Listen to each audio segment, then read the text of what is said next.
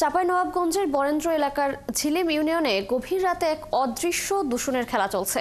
আতাহার এলাকার বাসিন্দাদের অভিযোগ, প্রতিদিন রাতে পোল্ট্রি ফার্মের লোকেরা ট্রাক ভর্তি মুরগির বিষ্ঠা সহ অন্যান্য বর্জ্য এবং রাইস মিলের ছাই ফেলে যাচ্ছে।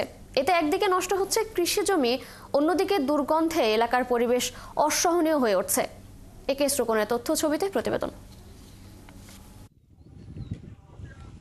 চাঁপাইনবাবগঞ্জ জেলার সদর উপজেলার প্রধান কৃষি অঞ্চল ঝিলিম ও তার আশেপাশের ইউনিয়ন, অথচ সেখানে প্রতিদিন শহরের নয়াগোলা, জামতলা ও নয়ানগর শিল্প এলাকার পোল্ট্রি ফার্ম ও রাইস মিলগুলো থেকে বর্জ্য এনে রাস্তার পাশে ফেলে যায়।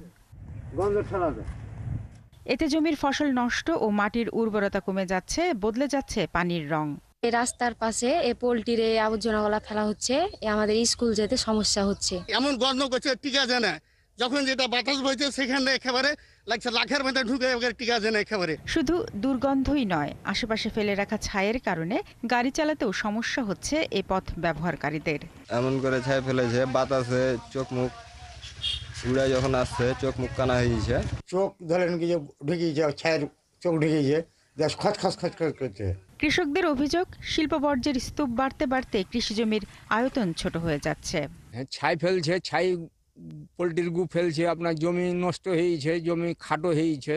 কে ফেলছে, কাবা ফেলছে এটা আমরা বলতে পারছি না, কিন্তু এগুলো কি প্রশাসন দেখার দায়িত্ব নয়? স্থানীয় সরকার আইন 2009 এর ধারা 59 অনুসারে ইউনিয়ন পরিষদের দায়িত্ব হচ্ছে পরিবেশ রক্ষা করা, অথচ ইউনিয়ন পরিষদের জনপ্রতিনিধি জানান এ বিষয়ে তিনি কিছুই জানেন না। আমার মেম্বার, চৌকিদার আর কেউ কিছু বলেনি আমাকে। তাহলে জানলে ব্যবস্থা নেবেন নাকি? হ্যাঁ, নিশ্চয়ই ব্যবস্থা তো নিবই আমি। এলাকার মানুষের এই দুর্গতির কথা জানালে প্রশাসন ও পরিবেশ অধিদপ্তর বিষয়টি খোঁজ নিয়ে ব্যবস্থা নেওয়ার আশ্বাস দেন। কোনো শিল্প প্রতিষ্ঠানের বর্জ্য যত্রতত্র ফেলার কোনো আইনগত অধিকার নেই বা কোনো আইনগতভাবে কেউ যত্রতত্র ফেলতে পারবে না। আমরা এটা যথাযথ ব্যবস্থা নেব এবং রাতে যেহেতু তারা এই কাজটি করছে, তো সেইভাবে তাদেরকে যাতে ট্রেস করা যায় এবং তারা যেন এই কাজটা করতে না পারে। ফৌজদারি দণ্ডবিধির 268 ও 277 ধারায় জনস্বাস্থ্যের জন্য ক্ষতিকর পরিবেশ তৈরি করলে তা অপরাধ হিসেবে গণ্য হবে এবং দোষীদের জরিমানা বা কারাদণ্ড হতে পারে। শারমিন স্বপ্না, 71। দর্শক, এ বিষয়ে জানাতে আমাদের সাথে চাঁপাইনবাবগঞ্জ থেকে যুক্ত হচ্ছেন সহকর্মী একে রোকন। রোকন, আপনার কাছে জানতে চাই, জেলা প্রশাসন কেন এতদিনও কোনো পদক্ষেপ নেননি? সচেতন মহল কি বলছে?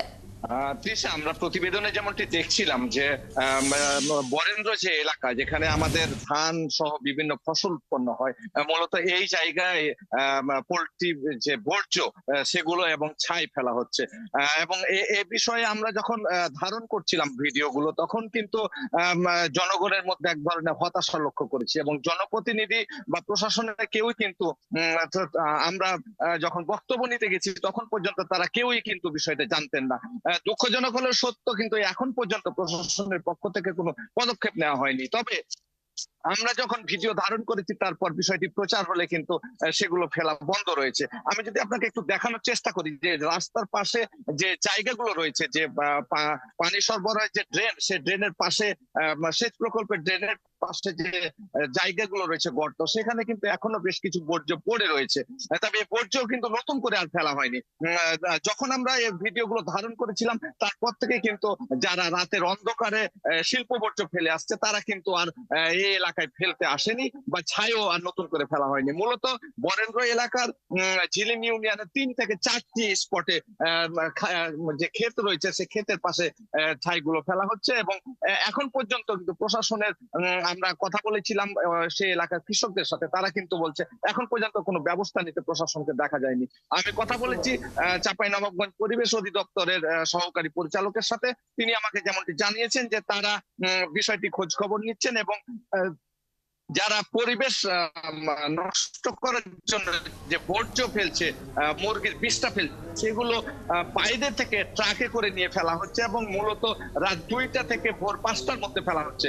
এই বিষয়টি তারা তদন্ত করে দেখছেন এবং জি রোকন, আমরাও আশা করছি প্রশাসন নিশ্চয়ই দ্রুত এই বিষয়ে কোনো পদক্ষেপ নেবেন।